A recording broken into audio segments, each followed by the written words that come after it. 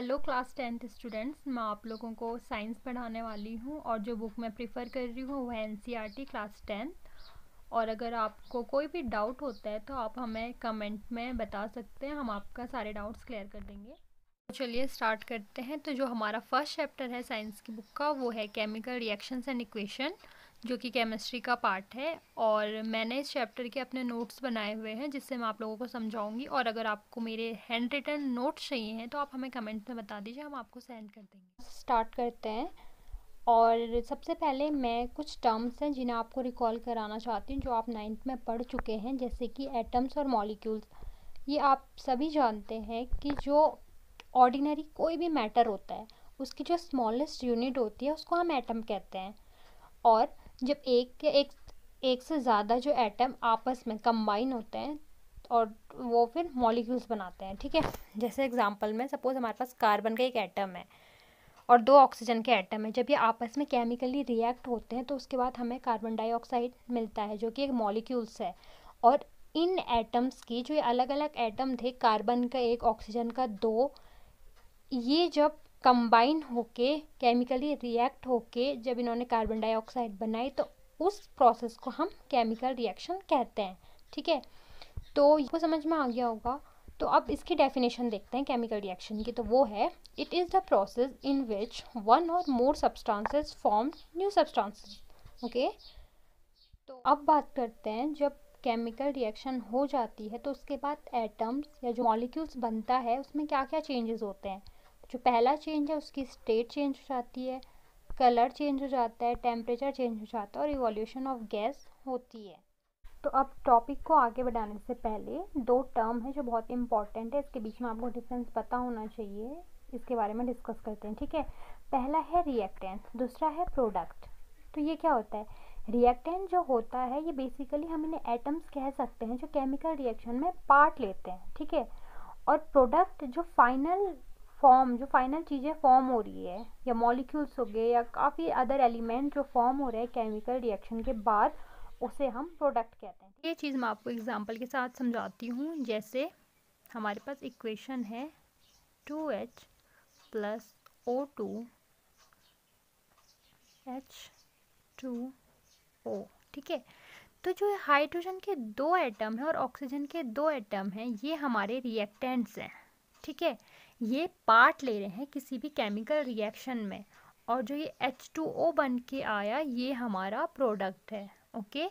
तो हमेशा याद रखना है जो लेफ्ट हैंड साइड में होगा वो रिएक्टेंट होगा और जो राइट हैंड साइड में होगा वो प्रोडक्ट होगा, ठीक है।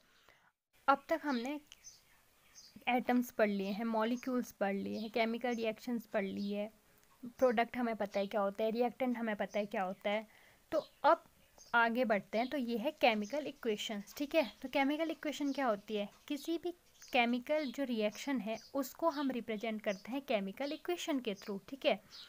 अब इसमें हम क्या करते हैं, इसमें हम यूज़ करते हैं हमारे रिएक्टेंट और प्रोडक्ट के सिंबल, और सिंबल हमें आसानी से पीरियोडिक टेबल में मिल जाते हैं, ठीक है। अब एग्जांपल लेते हैं, जैसे कार्बन और ऑक्सीजन के 2 एटम्स ने मिलकर कार्बन डाइऑक्साइड बनाया, ठीक है। ये एक केमिकल रिएक्शन थी, इसके बीच में रिएक्शन हुई और जो ये पूरी प्रोसेस है ये हमारी हो गई केमिकल इक्वेशन, ओके। अब आगे बात करते हैं। किसी भी केमिकल इक्वेशन को लिखने के लिए हमें 2 पॉइंट्स का बहुत ज़्यादा ध्यान देना है। तो जो पहला पॉइंट है वो है कि हमें किसी भी केमिकल इक्वेशन को लिखते वक्त जो उनकी फ़िज़िकल स्टेट है, जो रिएक्टेंट और प्रोडक्ट की जो फ़िज़िकल स्टेट है वो हमें मेंशन करनी होती है, ठीक है। जैसे कार्बन है, कार्बन क्या है? सॉलिड, ठीक है। ऑक्सीजन है गैस, और जो कार्बन डाइऑक्साइड बनी है वो भी गैस है, ठीक है। अब हम सॉलिड को S से रिप्रेजेंट करते हैं, गैस को G से रिप्रेजेंट करते हैं, लिक्विड को L से रिप्रेजेंट करते हैं और एक्वस को AQ से रिप्रेजेंट करते हैं, ठीक है। अब आप बोलोगे एक्वस क्या होता है? तो जिसमें वाटर सॉल्वेंट होता है उसे हम एक्वस कहते हैं। अब जो दूसरा पॉइंट हमें अपने दिमाग में ध्यान रखना है वो है इक्वेशन शुड बी बैलेंस, ठीक है। अब इक्वेशन शुड बी बैलेंस का क्या मतलब हुआ? तो इसका मतलब हुआ कि जो रिएक्टेंट्स हैं और जो प्रोडक्ट है उसमें जितने भी एटम्स यूज़ हो रहे हैं लेफ़्ट हैंड साइड में और राइट हैंड साइड में वो इक्वल होने चाहिए, ठीक है। तभी इक्वेशन बैलेंस होगी और तभी आपकी इक्वेशन करेक्ट मानी जाएगी। अब इसको सॉल्व करने का कोई फॉर्मूला तो है नहीं, इक्वेशन को बैलेंस करने का कोई पर्टिकुलर फॉर्मूला आया नहीं है अभी तक, तो इसे हम सॉल्व करते हैं हिट एंड ट्रायल मेथड से। तो इसे हम कैसे सॉल्व करेंगे? तो इसके लिए आपको सिंपल एक टेबल बनानी है जिसमें पहला जो कॉलम है वो एलिमेंट का होना चाहिए, दूसरा रिएक्टेंट का और तीसरा प्रोडक्ट का। फिर आपको कुछ नहीं करना है, सिंपली एलिमेंट देखने हैं कि क्या क्या है वहाँ पे। तो पहला है Fe, दूसरा हाइड्रोजन और तीसरा ऑक्सीजन। टोटल रिएक्शन में हमारे यही 3 एलिमेंट यूज़ हो रहे हैं, ठीक है।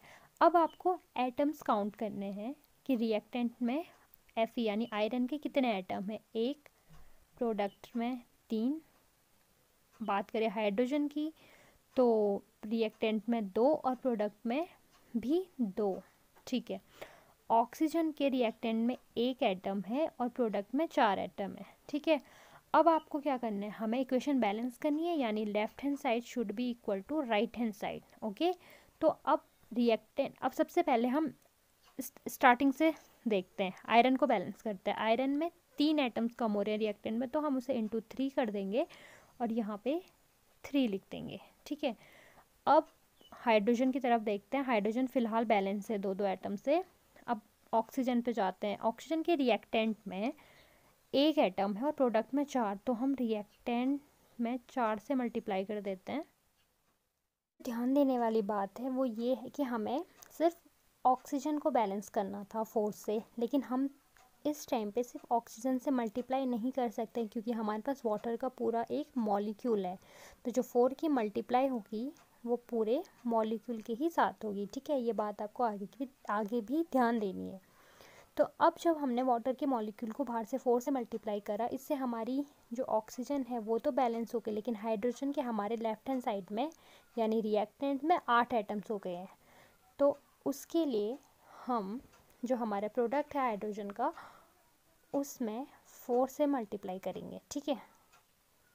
4 से मल्टीप्लाई करेंगे तो हमारी इक्वेशन जो है वो बैलेंस हो जाएगी। और जो फाइनल हमारी इक्वेशन है वो है, तो जो अब हमारी फाइनल इक्वेशन है वो हमारी ये रही, जिसमें हमने इसकी फिजिकल स्टेट भी मेंशन करी है। तो आपको ध्यान देना है कि जो आयरन के लेफ्ट हैंड साइड पे भी 3 एटम है और राइट हैंड साइड में भी 3 एटम है। On the same way hydrogen के लेफ्ट हैंड साइड में 8 एटम है, राइट हैंड साइड में भी 8 एटम है। ऑक्सीजन के लेफ्ट हैंड साइड में 4 एटम है और राइट हैंड साइड में भी 4 एटम है। तो ये इक्वेशन बैलेंस है, ठीक है। अब मैं आपको एक क्वेश्चन दे रही हूँ, ये इसे आप बैलेंस करके दिखाना, ठीक है। अब बात करते हैं why do we need to balance a chemical equation, ठीक है। हमें केमिकल इक्वेशन को बैलेंस करने की ज़रूरत क्यों पड़ी? तो जो पहला पॉइंट है वो है law of conservation of mass. मतलब जो हमारा जो law of conservation of mass है वो ये बताता है कि जो मैटर है वो ना तो क्रिएट हो सकता है और ना ही डिस्ट्रॉय हो सकता है, ठीक है, किसी भी केमिकल रिएक्शन से होने से पहले या बाद में। इसीलिए मैटर जितना पहले था उतना ही बाद में भी रहेगा, ठीक है। और जो दूसरा है number of element should remain same, ठीक है। मतलब जितने एलिमेंट रिएक्टेंट्स में होंगे उतने ही प्रोडक्ट्स में भी होंगे। और ये होता है, जैसे आपको एग्जांपल दे दें, आप भले ही आटे से रोटी बनाते हैं, ठीक है, तो आटा कम तो नहीं हो जाता है गूंदने के बाद, रहता उतना ही है ना, लेकिन सिर्फ उसकी फॉर्म चेंज हो जाती है। तो ऐसा ही यहाँ पे भी है। तो इस चैप्टर के बेसिक्स पॉइंट हमने इस वीडियो में कवर कर दिए हैं और बाकी के पार्ट्स हम अगली वीडियोस में कवर करेंगे। Thank you so much.